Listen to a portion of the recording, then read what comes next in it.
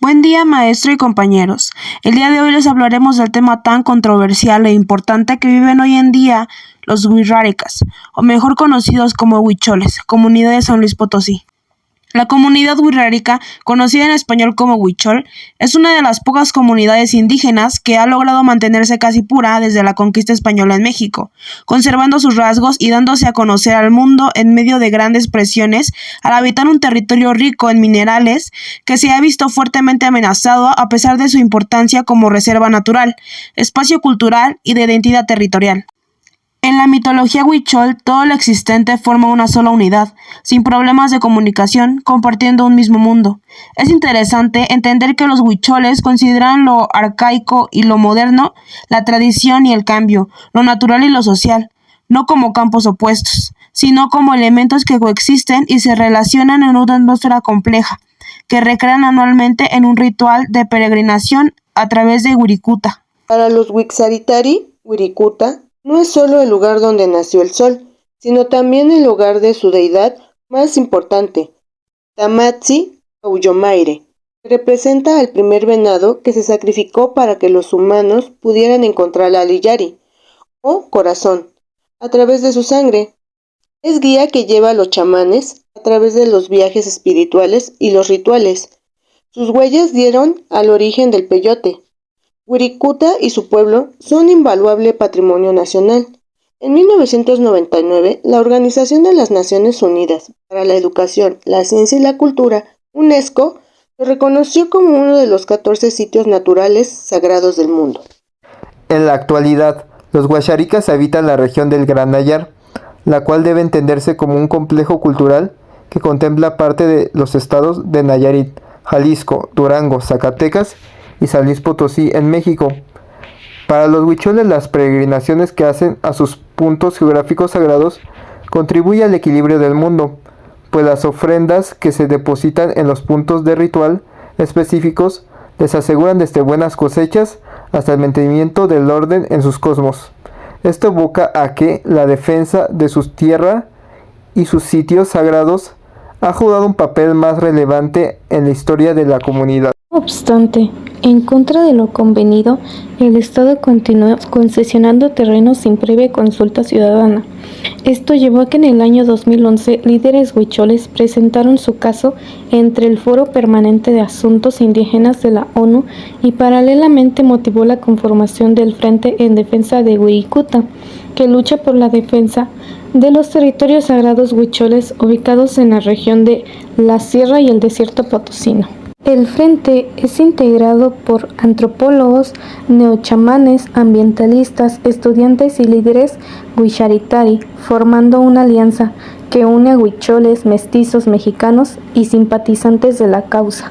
Es interesante enfatizar que esta última fase de reivindicación de la identidad huichola vinculada a procesos de defensa y autonomía territorial ha dejado ver que los huixáritarí han sabido aprovechar el esquema multicultural para obtener beneficios, simpatizando con la sociedad civil y la opinión pública, así como para obtener cierto grado de reconocimiento por parte del sistema político.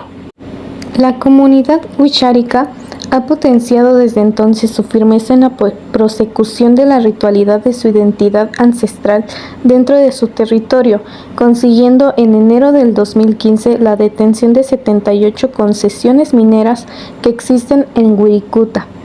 La oposición a muchas de estas obras se fundamentan en que no se respetó el acuerdo de previa consulta, siendo que el Estado mexicano se había declarado responsable de obtener la aprobación de las comunidades indígenas sobre temas que les afectan. Por su parte, tanto los huicholes como los ejidatarios y mineros piden que exista un diálogo entre las dos partes para que se conozcan y se respeten ambas visiones y así puedan seguir una coexistencia basada en respeto y toma de decisiones fundamentadas para el beneficio común. En el 2010, en México, se otorgaron 22 concesiones a la empresa canadiense First Majestic Silver Corp., que ha impactado en la reserva de Wirikuta. En estas concesiones no siempre se analizan los impactos ambientales a largo plazo, pues hay una promesa de desarrollo económico y ofertas de empleo a las comunidades locales. En México no se aplica ningún impuesto a la industria minera, solo una simbólica cuota fija por hectárea. No se toma en cuenta el valor económico de los minerales ni la cantidad extraída de la superficie de terreno que fue dada en concesión, y por lo mismo no se puede saber el nivel de daño en el ambiente. El presidente Andrés Manuel López Obrador suspendió el otorgamiento de concesiones mineras, pero no se cancelarán las que actualmente están aprobadas.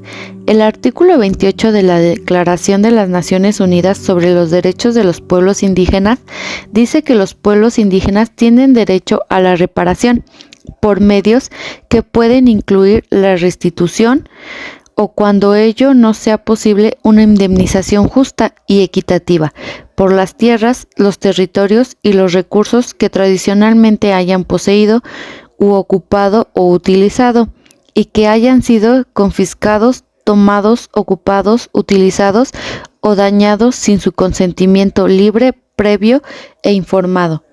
Una solución puede ser la creación de políticas públicas, donde las empresas no solo paguen por la porción de tierra que se les otorgará, sino por la cantidad y tipo de minerales extraídos, los daños que ésta representa para la sociedad y el medio ambiente.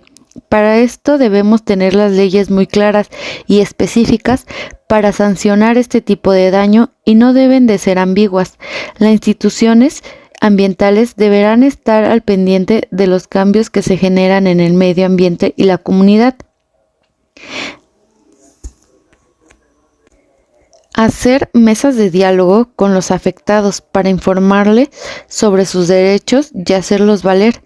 De la misma forma, hacer conciencia sobre los daños que estas empresas pueden hacer en el poblado a largo plazo, y no solo se queden con los pocos beneficios que obtendrán de ellas. La investigadora adscrita a la Dirección de Etnología y Antropología Social del Instituto Nacional de Antropología e Historia comentó que el pueblo huichol vive grandes problemas debido a la piratería. El arte huichol es armonioso y los motivos son parte de una cosmovisión compleja. No es solo revestir los objetos de Shakira, como lo hacen diversas empresas comerciales y diseñadores. La nación tiene una composición pluricultural sustentada originalmente en sus pueblos indígenas, que son aquellos que descienden de la población que habitan en el territorio actual del país al iniciarse la colonización, y que conservan sus propias instituciones sociales, económicas, culturales y políticas, o parte de ellas. La relación con el artículo 2, donde se promueve la plena efectividad de los derechos sociales, económicos y culturales de los pueblos, respetando su identidad social y cultural, sus costumbres y tradiciones. Desde el periodo colonial en México, los huicholes se han movilizado en aras de defender su soberanía territorial.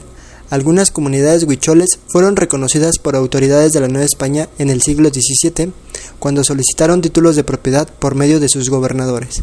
Posteriormente, durante el siglo XIX, producto de la desamortización, los huicholes perdieron tierras con el argumento de que eran tierras muertas, territorios que a la fecha siguen generando un entorno de disputa entre el Estado y la comunidad.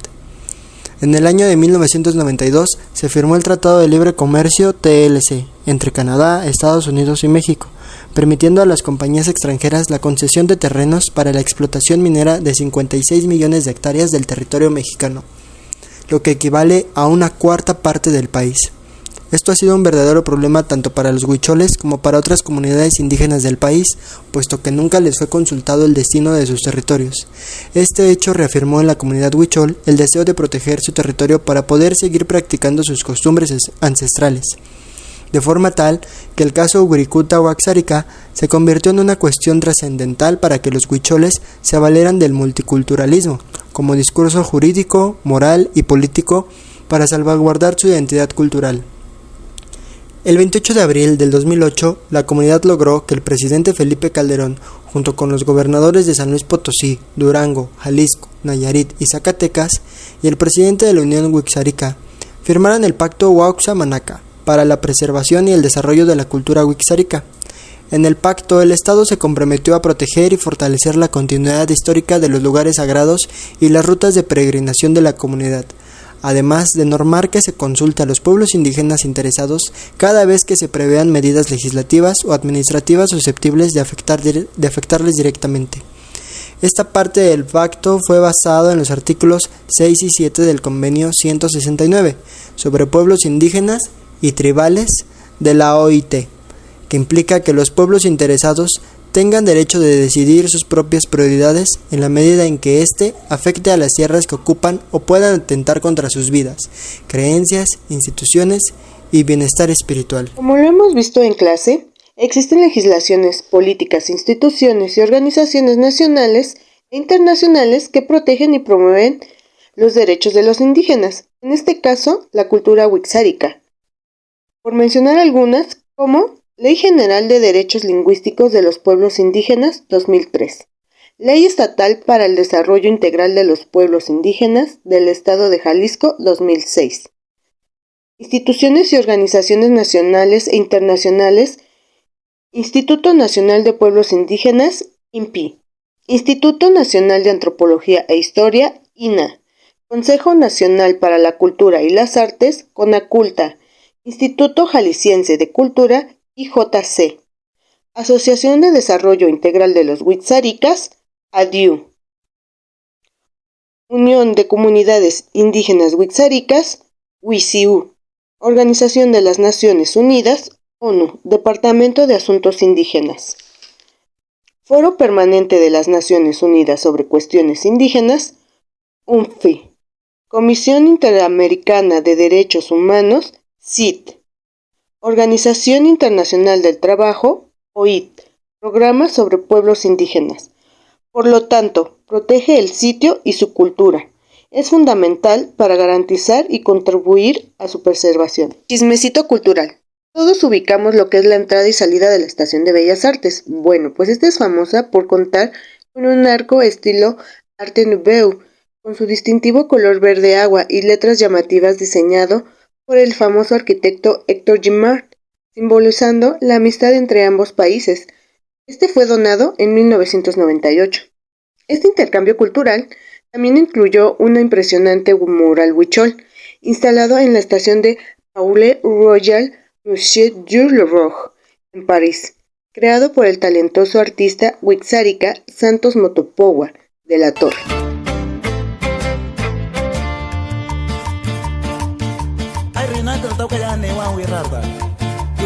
Musical.